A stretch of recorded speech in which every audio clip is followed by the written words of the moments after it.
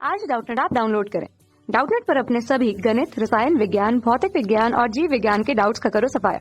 बस प्रश्न की फोटो खींचो, एक ही प्रश्न को क्रॉप करो और तुरंत वीडियो सोल्यूशन पाओ। अभी डाउनलोड करें। प्रश्न है कि निम्न कथन में से कौन सा कथन गलत है। पहला है कि 1 वोल्ट व 1 कूलाम का गुणा 1 जूल है।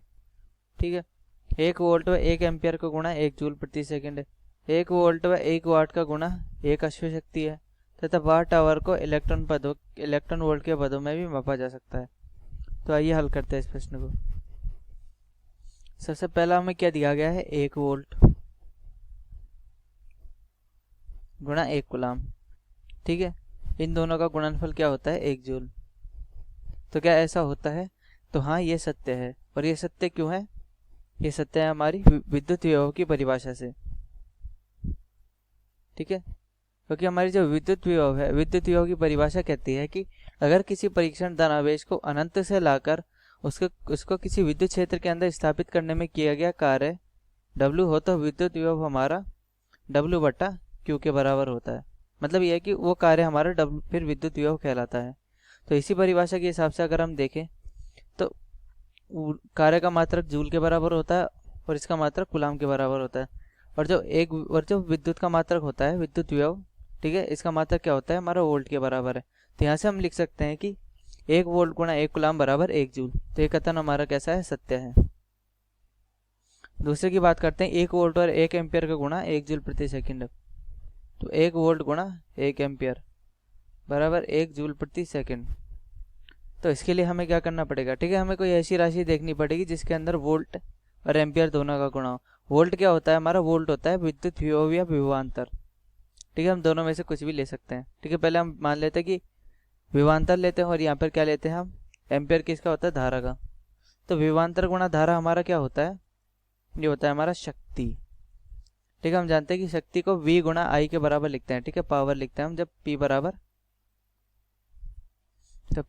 V गुणा I। ठीक है, अगर हमारा इधर विभव लेते तो हम कह सकते थे विभव और धारा का गुणनफल करके हमारे पास कुछ प्राप्त नहीं होता, तब हम फिर विभवांतर लिखते। तब हम देखते हैं कि विभवांतर और धारा का गुणनफल करके शक्ति प्राप्त होती। ठीक है, इसी प्रकार से हमें इन प्रश्नों को करना होता है। और शक्ति हमारा क्या होता है, कार्य करने की दर। ठीक है, कार्य करने की दर यानी कि W/T। W होता है जूल और T होता है सेकंड। तो ये कथन भी हमारा कैसा है, ये कथन भी हमारा सत्य है। ठीक है, तीसरा 1 वोल्ट गुणा 1 वाट, इसका गुणा कितना है, 1 हॉर्स पावर। ठीक है, एक अश्व शक्ति। तो क्या ये कथन हमारा सत्य है? तो ये कथन हमारा असत्य है। और असत्य क्यों है? ठीक है, सबसे पहले हम देखते हैं कि एक अश्व शक्ति क्या होती है। ठीक है, एक अश्व शक्ति होती है हमारी 746 वाट के बराबर। और ये किसका मात्रक है, हमारा शक्ति का मात्रक है। ठीक है, एक अश्व शक्ति हमारा शक्ति का मात्रक है।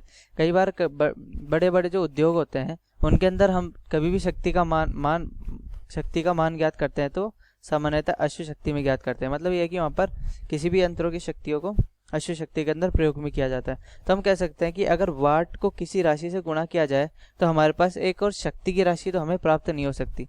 ठीक है, हमने शक्ति की राशि को किसी विमा वाली राशि से गुणा किया है तो इसका मतलब ये है कि यहाँ पर आने वाली राशि शक्ति नहीं हो सकती, यहाँ पर आने वाली राशि और कुछ होगी। तो इसलिए कथन हमारा असत्य है और हमारा उत्तर क्या है, यही है। अब हम चौथे ऑप्शन की भी बात कर लेते हैं कि वाट आवर को किसके पदों में मापा जा सकता है, वाट आवर को इलेक्ट्रॉन वोल्ट के पदों में भी मापा जा सकता है। तो हम देख लेते हैं कि क्या ये सत्य है या नहीं है।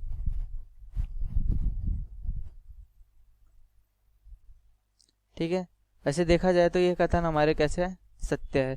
क्योंकि हम जानते हैं कि जो वाट आवर होता है, ठीक है, वाट जैसा कि हमने ऊपर देखा, ठीक है, हमने इधर देखा W/T, ये क्या है, हमारी शक्ति हो गई। ठीक है, और अगर इसी समय को हम इधर गुणा कर दें तो ये VIT बराबर W हो जाता है। और चूंकि VI हमारा वाट के बराबर होता है जैसा कि हमने नीचे देखा, तो VI वाट गुणा आवर यानी कि शक्ति गुणा समय हमारी क्या होती है, ऊर्जा या कार्य। ठीक है, क्योंकि दोनों की विमा समान है तो हम कह सकते हैं।